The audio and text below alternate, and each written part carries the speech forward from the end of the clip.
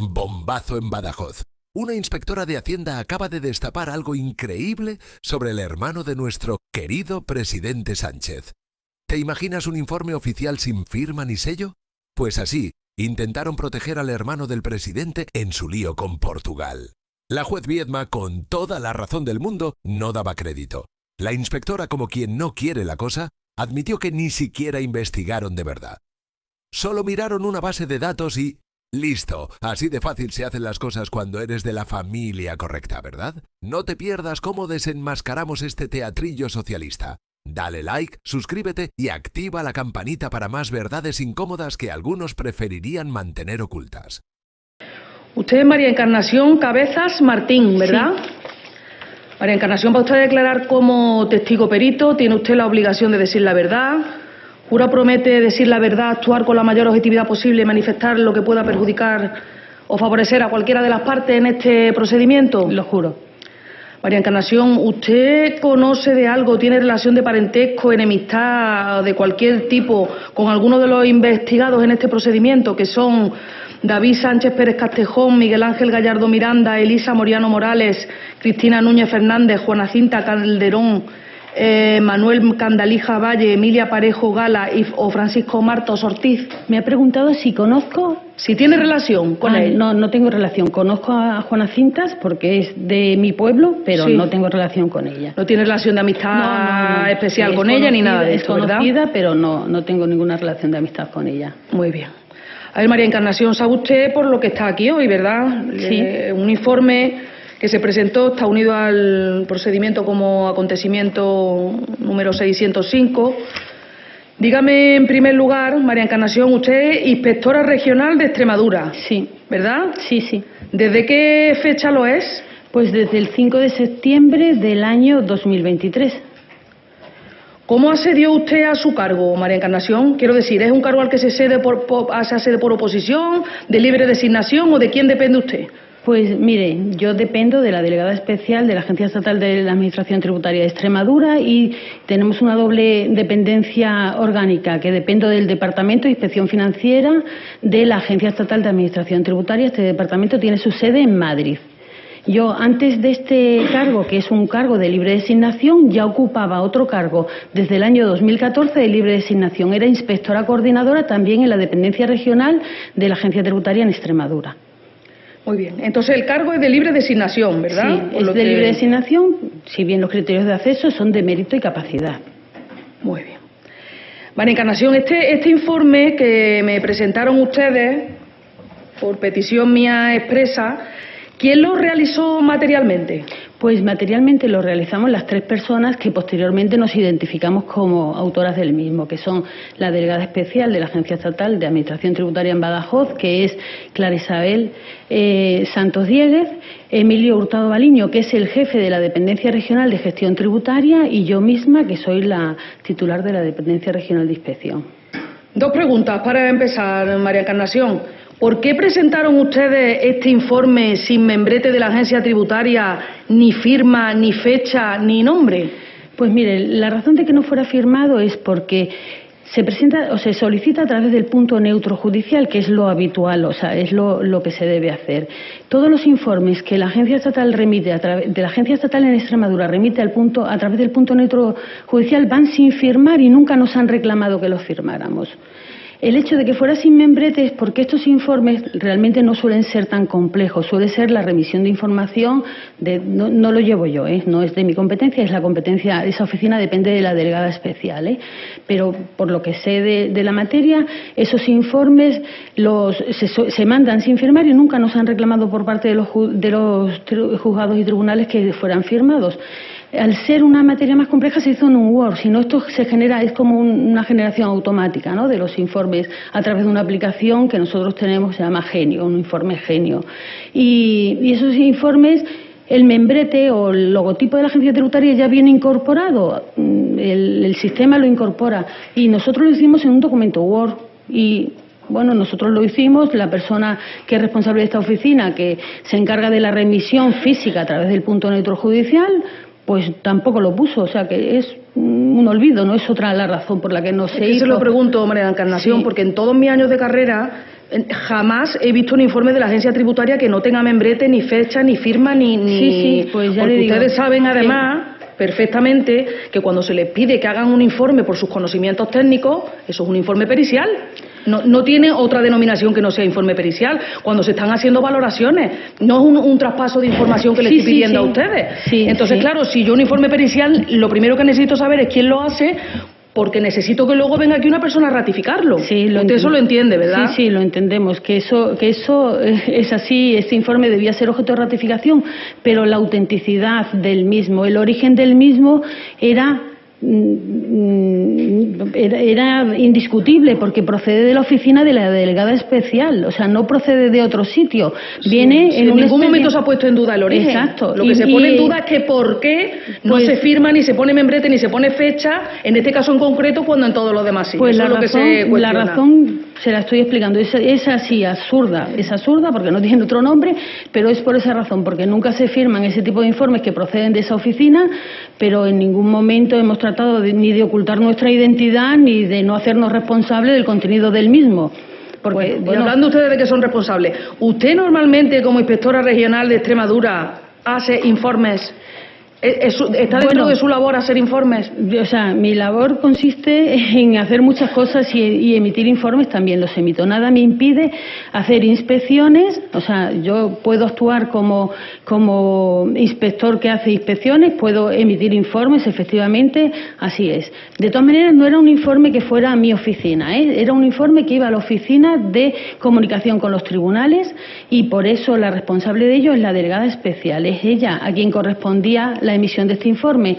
Como ya dijimos en el escrito en el que le comunicamos quiénes éramos los firmantes, los informes a los que nosotros en inspección, la dependencia de inspección suele emitir son o bien informes de delito en los que nosotros iniciamos un procedimiento de comprobación y como consecuencia de ello vemos indicio de delito y presentamos la correspondiente, damos traslado a la jurisdicción competente o presentamos ante el Ministerio Fiscal. En esos casos, esos informes se firman por el actuario que ha llevado a cabo la actuación, que suele ser un jefe de equipo, un inspector de Hacienda. En el segundo caso, un auxilio judicial, que es cuando ustedes nos piden un informe. Sí, eso yo lo entiendo perfectamente, María Encarnación. Si lo que quiero, usted, como se va a ratificar el contenido del informe, solamente le voy a preguntar por unas cosas muy concretas, que es para lo que le he hecho que vengan ustedes aquí hoy. Yo no dudo que usted tenga competencia para hacer el informe. Lo que quiero saber es si usted normalmente hace informes de este tipo. ¿Usted en su trabajo normal diario se dedica a hacer informes que piden los juzgados? Pues miren, el año que llevo, efectivamente solo he hecho pero con anterioridad he hecho muchos y tengo experiencia en este campo. ¿Y por qué este sí que lo hizo, siendo el único del año, María de Encarnación? Pues este lo hice porque mi delegada especial me pidió colaboración en el análisis de los datos. Entendíamos que le correspondía hacerlo a su oficina y ella puede servirse de la colaboración de su subordinado, que somos nosotros, ¿no? María de Encarnación, ¿usted se ratifica en todo el contenido del informe? Sí. Es cierto todos los extremos que se contienen en el mismo, ¿verdad? Sí. ¿Son ciertos? Sí. Una pregunta muy concreta. ¿Por qué hacen ustedes referencia en varias ocasiones en este informe a que atienden exclusivamente a la información que consta en sus datos, pero que no han realizado ningún tipo de averiguación? Eso lo ponen ustedes varias veces. Sí, porque por la naturaleza de la actuación no estamos habilitados para hacerlo. No hemos iniciado un procedimiento de comprobación, porque lo que se nos pide es unas cosas concretas que nosotros hemos analizado. Lo que queríamos decir es que a priori la situación es así. Si de un procedimiento de comprobación resultaran otros hechos, las consecuencias podrían ser distintas. Claro, y con esto no le da a ustedes pie para iniciar ese propio procedimiento de comprobación. Pues quiero decir, porque ustedes normalmente, cuando detectan que hay una infracción tributaria, ya sea administrativa o penal, actuamos de oficio, efectivamente. Pero aparte de que actúan de oficio, no solamente tienen en cuenta los datos que a ustedes le constan como agencia tributaria, porque si no, el mayor porcentaje de delitos contra la agencia tributaria no saldrían nunca, si es por lo que la gente les comunica oficialmente. Entonces yo por eso les pregunto, de esta petición que yo les hice, ¿en ningún momento ustedes creyeron conveniente que hubiera que realizar comprobaciones? Pues le voy a decir que habrá que analizar la situación, si procede. Hicimos un análisis de la situación, si el contribuyente, o sea, los datos económicos son los que son, arrojan las cifras que son. No hay cuotas de delito fiscal, no hay cuotas por importes superiores a 120.000 euros. Las cuotas del impuesto sobre la renta de las personas físicas, si fuera residente, están fijadas en el informe, llegan en un caso a 12.000 euros, que teniendo en cuenta que este contribuyente ya ha realizado ingresos por el impuesto sobre la renta de no residentes, habría que devolverlo, con lo cual en ningún caso hay cuotas por importe de delito. No lo hay no con la información. O sea, a este señor le podríamos requerir que nos aportara otra documentación, pero no iba a ser otra de la que ya, de los datos económicos me refiero, no iban a ser otros de los que ya disponemos, o sí, pero bueno, a priori no hay indicios de delito y no daría lugar a una actuación de comprobación con esos datos, más allá de, bueno, pues hacer una reordenación de los rendimientos en función de que finalmente los elementos de prueba que se aportaran determinaran qué es residente en España o qué es residente en Portugal. Con la regla de desempate, porque residente en ambos estados sí que lo es. Espere un segundo que le voy a preguntar yo sobre eso expresamente. En el primer punto, que sí que se hace referencia a la residencia fiscal, ustedes dicen, en resumen, que se puede considerar que tuviera doble residencia, ¿verdad? En España, por tener el centro de intereses económicos, en Portugal porque tiene un certificado de residencia en Portugal. Exacto. La regla de desempate, como ustedes dicen, que es la que está contenida en el convenio de doble imposición, ¿verdad?, es que si en algún sitio tiene una vivienda permanente, se considera que es residente allí. Sí. Ustedes consideran que es residente en Portugal porque, según ustedes, hay una factura de hospedaje y en febrero de 2023 adquirió allí una vivienda. Sí. Por eso ustedes consideran que es residente. Que dispone de una vivienda permanente en Portugal, a priori. Vale. Esos son los elementos que hay. Solamente una aclaración sobre eso. El hecho de adquirir una vivienda, quiero decir, ustedes cuando tienen en cuenta la vivienda permanente, ¿comprueban o entran en el caso de que sea habitable o no tiene por qué? Sí, efectivamente, debe ser, o sea, el Supremo se ha pronunciado en el sentido de que debe estar amueblada y a su disposición todos los años, pero nosotros a priori desconocemos si esa vivienda está habitada o no, más allá de lo que se ha publicado en los medios de comunicación, que sinceramente no los consulto, ¿eh? Claro, entonces quiero decirle, si se hubiera adquirido una vivienda, pero esa vivienda no fuera habitable, entonces no dispondría de vivienda permanente, según sus criterios. Efectivamente, si no fuera habitable no dispondría de vivienda permanente, pero no hay ningún indicio de que esa vivienda no sea habitable. María Encarnación, otro extremo que le quiero preguntar.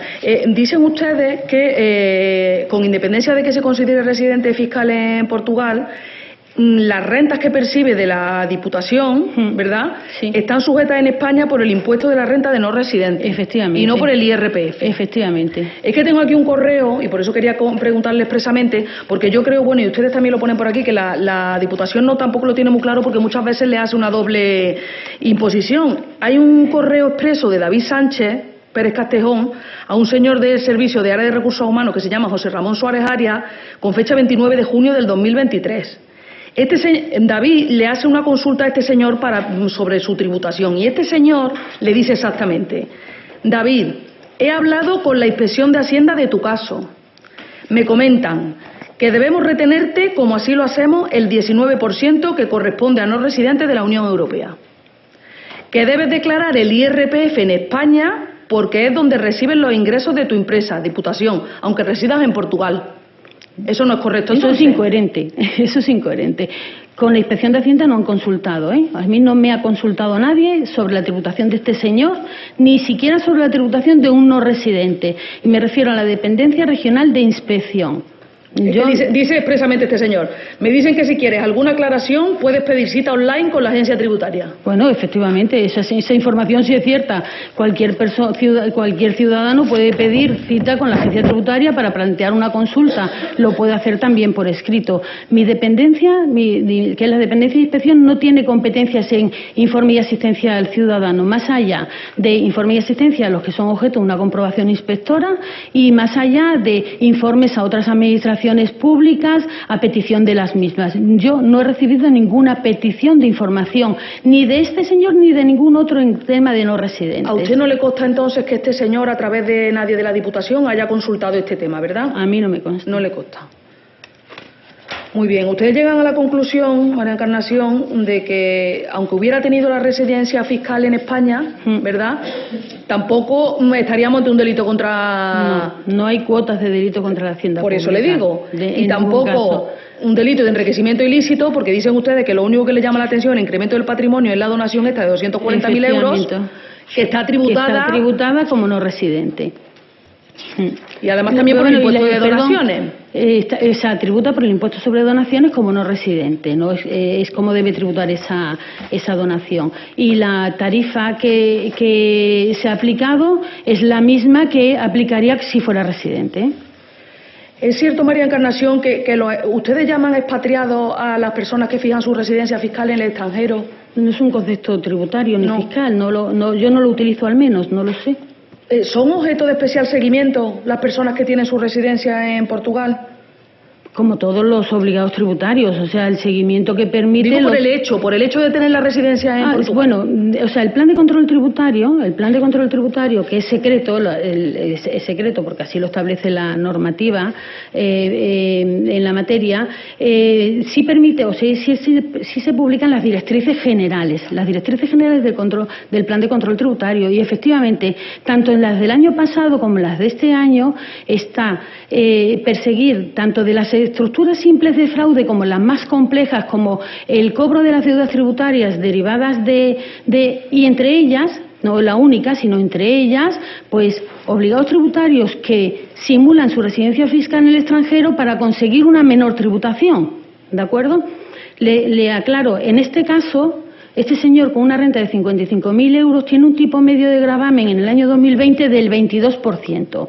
Como ha dicho anteriormente, que he olvidado finalizar en esa cuestión, este señor, por las rentas obtenidas de la Diputación de Badajoz, aunque sea residente fiscal en Portugal, tributa en España, porque así lo establece el artículo 19 del Convenio de Doble Imposición entre el Reino de España y la República Portuguesa. Ese mismo párrafo está en todos los convenios de doble imposición firmados por España, porque el modelo de convenio de la OCDE así lo establece. Quiere decir que, como paga una administración pública española, esa renta solo tributa en España, no tributa en Portugal. No puede tributar en otro estado, tributa en España en este caso específico. Tributa un 19%. Su tipo medio de gravamen en el año 2020 era del 20%. Hay perdón por el olvido, no sé si un 20 o un 22, o sea, como mucho hay 3 puntos de diferencia. Teniendo en cuenta que en el impuesto sobre la renta de las personas físicas se tienen en cuenta las circunstancias personales y familiares del obligado tributario, mientras que en el impuesto sobre la renta de no residentes no. En el impuesto sobre la renta de las personas físicas, él tuvo un hijo en el año 2021 que podría aplicarse el mínimo por descendientes en esos años, con lo cual el diferencial entre una y otra tributación es aún menor, del 19 al 22. En definitiva, María Encarnación, si yo lo que quiero que usted me diga en conclusión, si este señor hubiera tenido la residencia en España o en Portugal, quiero decir que simular la residencia en Portugal no le beneficia para nada. Más allá de un 1%. Y aunque le hubiera beneficiado, jamás sería un delito contra la administración tributaria. Jamás sería un delito contra la Hacienda Pública. Muy bien, pues conteste las preguntas de la señora fiscal. Entonces, a raíz de las informaciones de las que ustedes disponen, dice que está al corriente de todas sus obligaciones tributarias. ¿Perdón? Vamos a ver, en España, en España o en Portugal, que está al corriente de todas sus obligaciones tributarias. Pues lo que decimos en el informe, sin realizar una actuación de comprobación, no se puede afirmar categóricamente. Con los datos de que disponemos, sí estaría. Con los datos que disponen. Con los datos que disponen, las contingencias fiscales que podrían plantearse son las que aparecen en el informe. Igualmente, con los datos que disponen, ¿no observa usted que exista una falta de justificación del aumento patrimonial? No, el aumento patrimonial está justificado. Está plenamente justificado. Sí, el aumento patrimonial que se produce en el año 2023, que creo que recordar que son 300.000 euros, es que hablo de cabeza, tengo el informe ahí, si quieren lo consulto, pero está justificado por las rentas que obtiene la Diputación y las rentas que la donación que le realiza su padre en el año, y sus padres creo que son los que lo realizan en el año 2023, con lo cual no se produce un enriquecimiento injusto, no hay un incremento de patrimonio superior a 250.000 euros que fuera determinante de que no esté motivado por los ingresos que él ha obtenido y que ha declarado a la Hacienda Pública. Muy bien, pues muchísimas gracias. No más preguntas. Por su parte, señor letrado. Con su venia, señoría, y telegráficamente, porque voy a ser brevísimo. Vamos a ver, dice usted que les costaba, en el informe que hicieron ustedes y que lo firmaron, originalmente dice que le costaba, que este señor estaba desde el 22, creo que era, viviendo en Portugal. Sí. Desde el 22. En su informe veo que comprobaron los consumos eléctricos de este señor en España. ¿Eso se ha comprobado también en las 2 residencias que al parecer este señor ha tenido en Portugal? No tenemos competencia para ello. Pero no se lo han requerido al tampoco que lo No aporte. hemos iniciado un procedimiento de comprobación, con lo cual no lo hemos requerido. O sea, para determinar si realmente este señor es residente en Portugal o en España, habría que iniciar un procedimiento de comprobación. Efectivamente, la oportunidad de iniciar este procedimiento de comprobación, como en todos los contribuyentes en España, viene motivada por razones de eficacia y eficiencia en los recursos públicos. O sea, nosotros tenemos unos recursos limitados, hacemos un plan de control tributario anualmente y en función de ese plan de control tributario ejecutamos un plan de inspección, que es lo que a mí me atañe, y ese plan de inspección, una vez seleccionados los contribuyentes que van a ser objeto del plan de inspección, se ve los medios que se disponen para hacer esas comprobaciones y la selección va motivada fundamentalmente por razones de eficacia en la gestión de la administración pública. Claro. El resto de datos que aparece en el informe en el que participó usted, donde hay datos de capital mobiliario, capital inmobiliario, etcétera, etcétera, ¿no?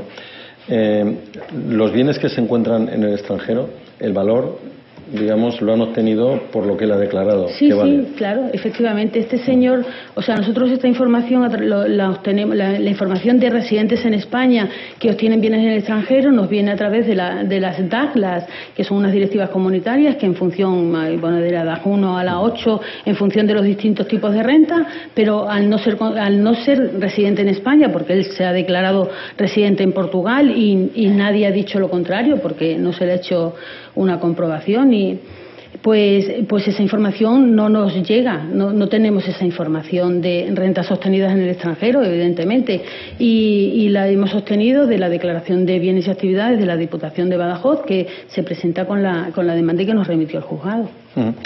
Realmente, ¿este señor dónde tiene las relaciones personales y económicas más estrechas? Pues ¿Lo saben o no? Lo desconocemos, pero es un criterio de desempate que va después del de la vivienda permanente. Sí, o sea, los criterios de desempate de los convenios de doble imposición empieza por si es considerado como, en este caso, residente fiscal en 2 estados firmantes de un convenio de doble imposición. Los criterios de desempate van por la vivienda permanente, el centro de intereses vitales, que son las relaciones económicas y personales más estrechas. El tercer criterio es la mora, es decir, donde viva habitualmente. Y el cuarto criterio sería, ahora no lo voy a recordar y lo había memorizado esta mañana, discúlpenme. El cuarto, se lo voy a buscar. La vivienda habitual. El mutuo acuerdo. Sí, pero antes la nacionalidad y por último el mutuo acuerdo. Sí, el mutuo acuerdo. Vale.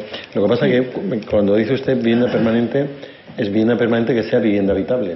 Pero es que unido, a priori, el concepto es idéntico. desconocemos si la vivienda es habitable o no. No tenemos ningún dato que nos permita afirmar que lo es o que no lo es. Claro, entonces mi pregunta es, como neófito, perdone que le interrumpa, como neófito en este tema, es, dado que ustedes no saben si esa vivienda es habitable o no, porque usted lo ha dicho, no tienen ni idea, entre otras razones porque no han tenido acceso, ni le han pedido a este señor que le aporte los datos de electricidad y agua, no tenían que haber pasado, en cumplimiento de la normativa y del convenio con Portugal, no tienen que haber pasado el segundo criterio, ver dónde tienen las relaciones personales económicas más estrechas, este señor, dado que no se conoce el primer dato, que es desconocido por ustedes.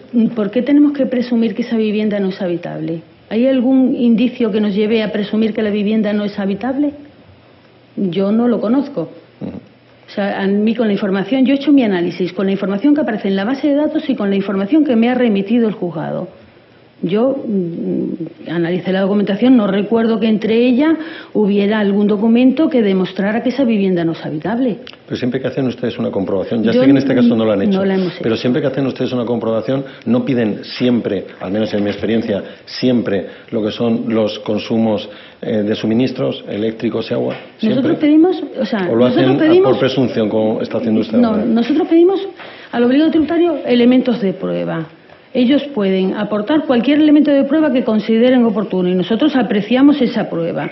Pero ya le digo, no hemos iniciado un procedimiento inspector. Si el procedimiento inspector se iniciara, o un procedimiento de comprobación porque en la agencia tributaria hay dos órganos con competencias de control en cuanto se refiere al impuesto sobre la renta de las personas físicas y al impuesto sobre la renta de no residentes, que son la dependencia de gestión tributaria y la dependencia de inspección. Bueno, pues si se iniciara un procedimiento de comprobación por unos u otros, efectivamente solicitamos la aportación de elementos de prueba y a nosotros nos corresponderá probar que no lo son. Entonces le pediríamos, ¿la vivienda es habitable? Si tuviéramos duda de que lo es, efectivamente, y le pediríamos los consumos de energía eléctrica allí. Efectivamente, es claro que se los pediríamos. Y muchas más cosas. Si es un procedimiento inspector, es un procedimiento que dura 18 meses. Este informe lo hemos emitido en un mes.